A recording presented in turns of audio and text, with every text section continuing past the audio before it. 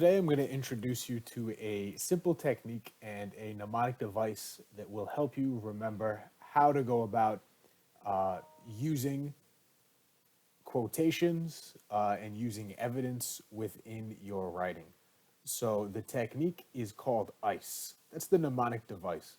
So that stands for introduce, cite, explain.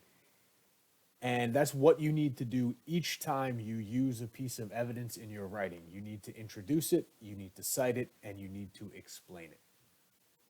So, what I want to do is look at a paragraph of my own from an article I wrote with some colleagues, and I want to show you how I've used introduce, cite, and explain. So, we'll start with introduce. You know I love to color code, so I'm going to color code this to show you. So when you're using evidence, the first thing you need to do is introduce it. So you need to set it up. In part, you might do this by introducing an idea. So that's what I've done here. I've said the ability to think metacognitively about the writing process helps students build connections between their own writing and that of their peers. It also helps them bridge gaps across disciplines. So I've introduced the idea I'm talking about here. I've also introduced the specific quotation right here, as DeFazio et al. Have found. This is what's called a signal phrase. And it's really important that you include a signal phrase before any direct quotation. This makes that quotation part of a complete sentence and part of your overall argument. So taken together, these two things have helped me introduce my source. So then what I need to do is cite the source. I'm going to highlight this in green. So a citation has two elements in MLA style. The first is you have to include the author's last name. And so in this case, here's my author's last name, DeFazio. You'll notice there's a little Latin phrase after it, et al. This tells the reader that there are multiple authors. It's DeFazio and several other people. So that's the first thing an MLA citation needs to include, the last name. The second thing it's going to include is the page number. So I've put the page number down here after the quotation, at the very end of the sentence.